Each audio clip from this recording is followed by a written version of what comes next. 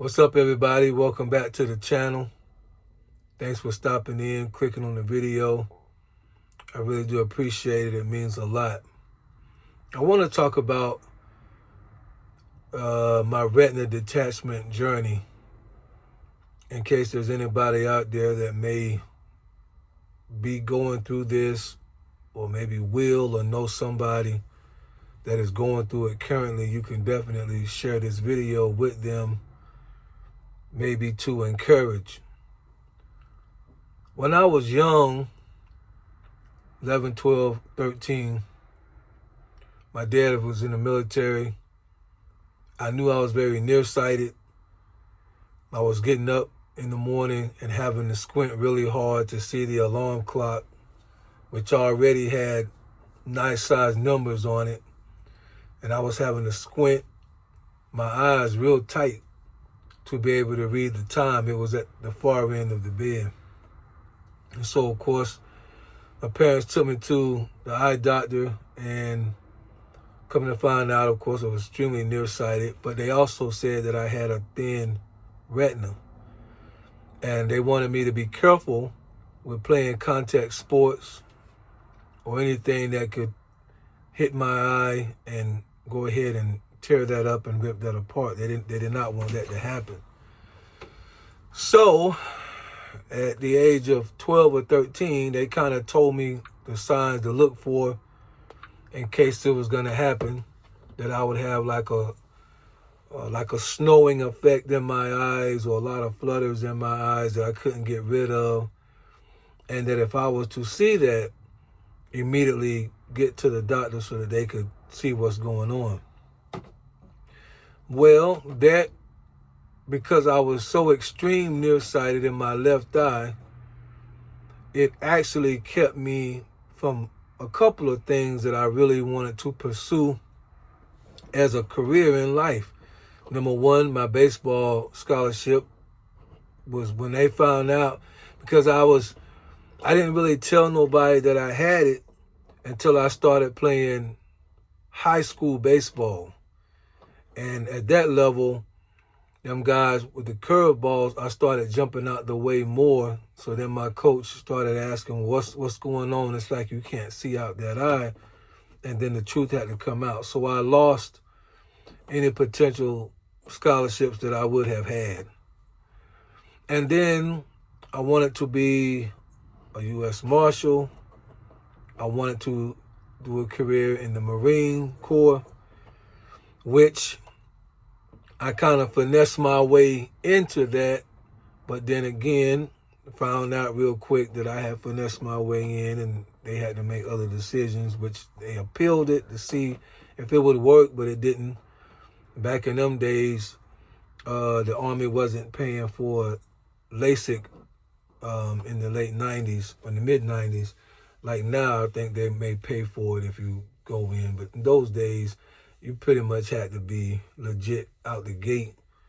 And so I knew I had to kind of finesse my way in and kind of tell stories and fake the chart and do all that nonsense.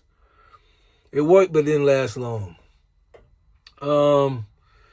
So fast forward, I was 39 years old, doing trucking, the garbage industry, and I was on my route. And it was a Friday. And out of nowhere, it was just like a dirty curtain came on over my left eye. And I kept trying to, I used wash and eye wash and solution. I was like, this can't be it. It wouldn't go away. So I'm rubbing, wouldn't go away. So finally I left the route, told my boss I got to go to the doctor just to see. And sure enough, my retina had detached. Now, let me pause here for a minute, because I didn't know this. For those who don't know what the retina is, it's actually the tissue and the cells on the back of the eye that helps with the optic nerve, so that when images come through the eye, it pretty much takes what you see and sends it to the brain to tell you what you're looking at. It's attached to the back of the eye. So when it detaches, think of it like wallpaper. That's how my doctor explained it to me. When it detaches, just think of wallpaper like starting to peel on the edges. The more it peels, the less vision you will have. Because if it crosses the middle, you won't be able to get that vision back.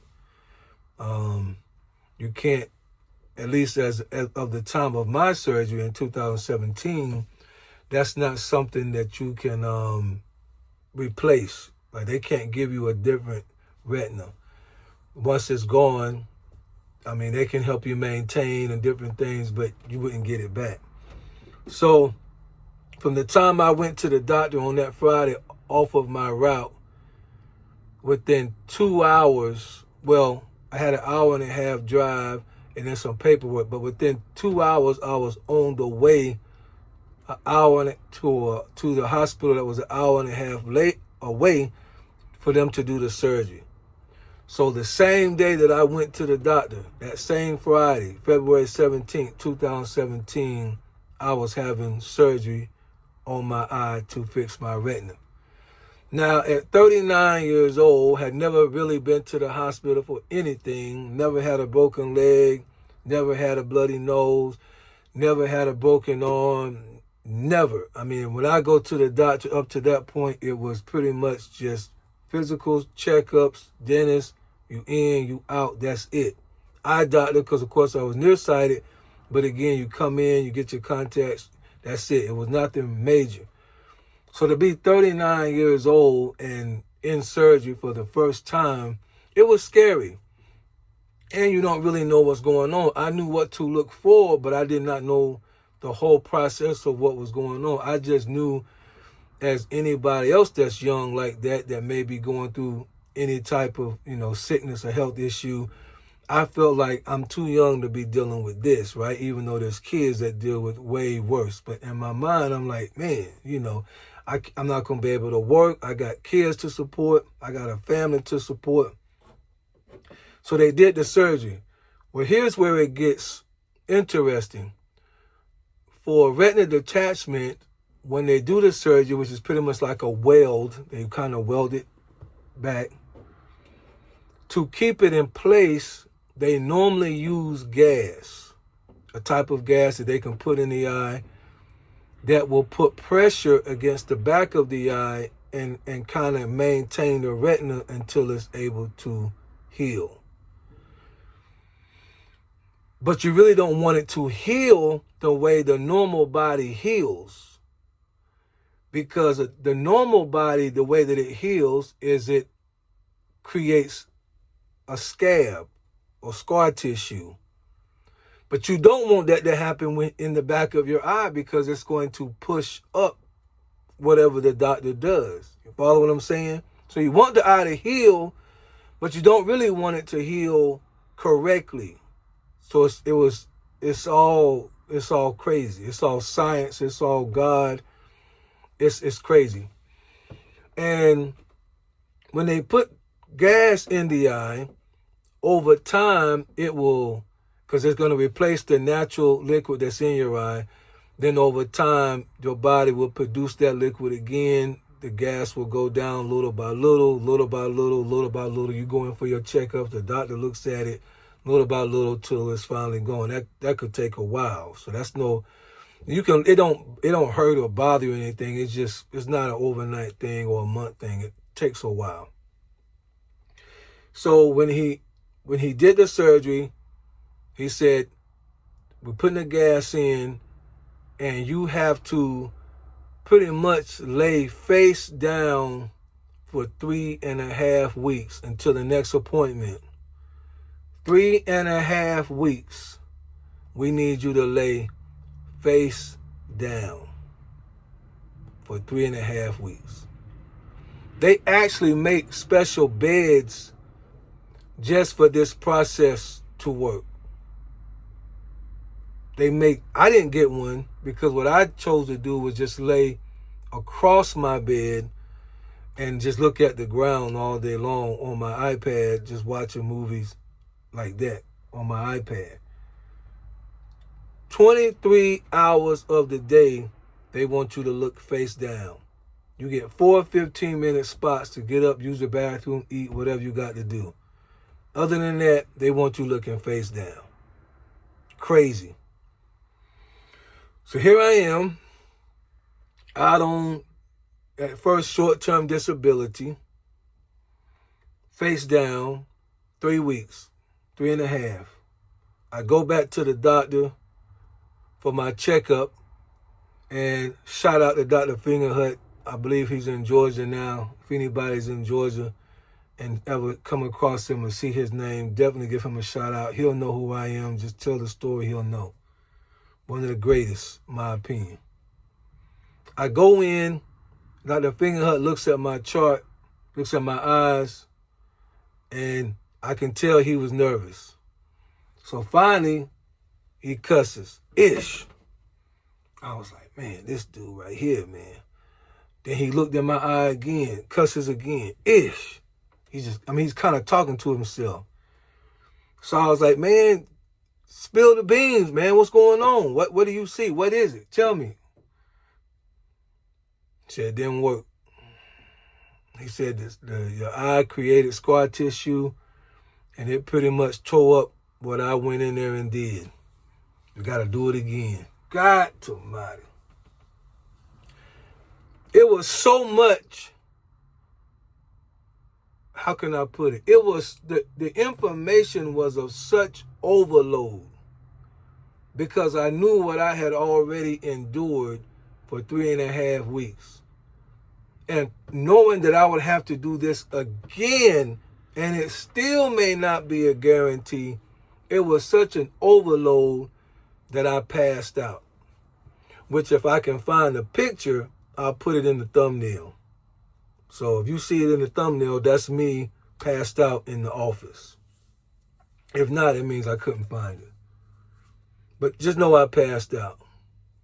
So when they got me back together or whatever, we had to go into, so that was one surgery for the gas. We had to go into another surgery. This time, they're going to use oil. Oil applies a little bit more pressure because it's thicker. Same process, 3.5 weeks, looking face down. Now, the gas will eventually, the eye will replace this liquid on its own. Oil, you have to, of course, do surgery, put it in, and you also have to, through surgery, take it out. So, at the end of that 3.5 weeks after they put the oil in, he checked it. Everything looked pretty good, but he didn't want to take the oil out yet. So he said, you can go back to sleeping normal, whatever. Look down as much as you can, but you don't have to look face down. Come back in like 3.5 more weeks. So I went back in like 3.5 weeks after that, and everything still looked good. And so I had to have then another surgery to take the oil out. So we got gas, oil in, oil out. Well, when they took the oil out and I go to take a vision test, I still wasn't seeing clear, to which they found out that the oil has stained the lens of my eye. Somehow we had messed up the lens of the eye. So that required a 4th surgery to do like a lens replacement on my left eye. When they got through with all of that, they realized, which they probably had seen before, it just wasn't important compared to what everything else was going on. He also has cataracts that he has had, which is probably helping contribute to my nearsightedness when I was young, because the doctor actually told me that, not literally, but based on like the size of the eye, you have a cataract like the size of his fist. But not literally, but he's saying based on, you see what I'm saying, the size of the eye, you have a huge cataract that should have been caught a long time ago. So that became surgery number 5. So from the time that I went to the doctor on February 17th, which was a Friday, 2017, to mid-August, I had 5 eye surgeries. That was a very, very, very scary moment. And let me say this. If anybody is going through retina detachment or anything with your body that you may not understand, and it's not a common situation that people can just give you a quick answer for, I would refrain going on Google and trying to look it up. Because when I went on, in those weeks that I was out of work from February. I did not go back to work all the way till October 5th. I was out like 7 months. And those weeks that I was out preparing for the next surgery or the next thing, just trying to think what may happen, I was on Google trying to look up people who had retina detachment before. And there was a lot of blogs or whatever that was written, and people gave their story. The problem is only people who it did not help, the surgeries did not help. They're the only ones that was getting online writing anything. So everything that I was reading was negative. Everything I was reading was like, they did my right eye, now I'm completely blind, or half blind, I can't hardly see my kids, I got to wear special glasses just to even type this and text this. Somebody else, I have no vision in the eye that they did it on. I'm so afraid that it's going to happen in my other eye, then I won't be able to see it all. I mean, this is the kind of stuff that I'm reading while I'm sitting there waiting for the next surgery. So I would say, number one, if I can give any advice to anybody, whether you have a retina detachment or something going on in your body that ain't got nothing to do with your eyes, it's weird and you're waiting on the process, I would refrain from looking at what other people have to say, unless it's a doctor, unless you're on a site where it's a doctor, where it's doctors talking. Because the people that it worked for, like myself, we don't go back online once we back on our feet. If we've been out of work almost a year, we ain't going back online to them blogs, and we're not going back online to them forums and telling everybody, hey, I made it, I'm a success story. Man, we trying to get back to work. We trying to put some money back in the bank. I mean, just being out for it's a long story, but that whole process with insurance still cost me over $13,000 out of pocket in 7 months. And I had insurance. Yeah, and anybody that's had surgeries already know, before they do the surgery on you, they want you to put so much down, 30, 40% down before you even get in there. They got to pay for the clinic and the anesthesia and all the other stuff. Yeah. So that's my journey in a nutshell. I mean, there's more to it. I'll make another video because there was other stuff going on in my life at the same time. But I know a lot of people, when they watch my videos, they're like, why Professor X always got shades on? And it's simply because the way that light affects my eye, I will be squinting in one eye depending on how the light hits it. So it's easier just to wear shades where I'm able to focus with both eyes. But my vision, though, because I do consider it to be a miracle, and even when I go back for checkups once a year, my vision is, in that eye, is still 20/30, which they say is unheard of. To have 5 eye surgeries in a year and still come out to be able to see 20/30 is unheard of. That's why I say if anybody runs into Dr. Fingerhut in Georgia, David Fingerhut, he'll know who I am, because I remember him saying, I've never seen this happen like this before. And I give the glory to God and the prayers of my family for making that possible. But hopefully this has helped somebody.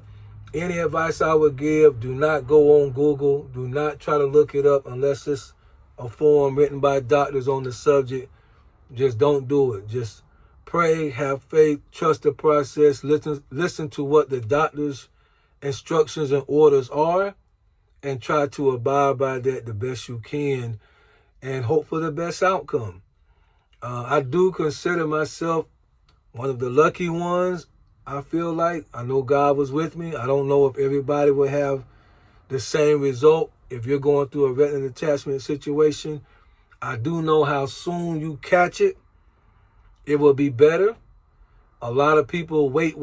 It's the day it happened, within 4 hours, I was on the surgery table. The day it happened. 4 hours later, I was having surgery. So you got, if you are having retinal detachment or going through it right now and know somebody,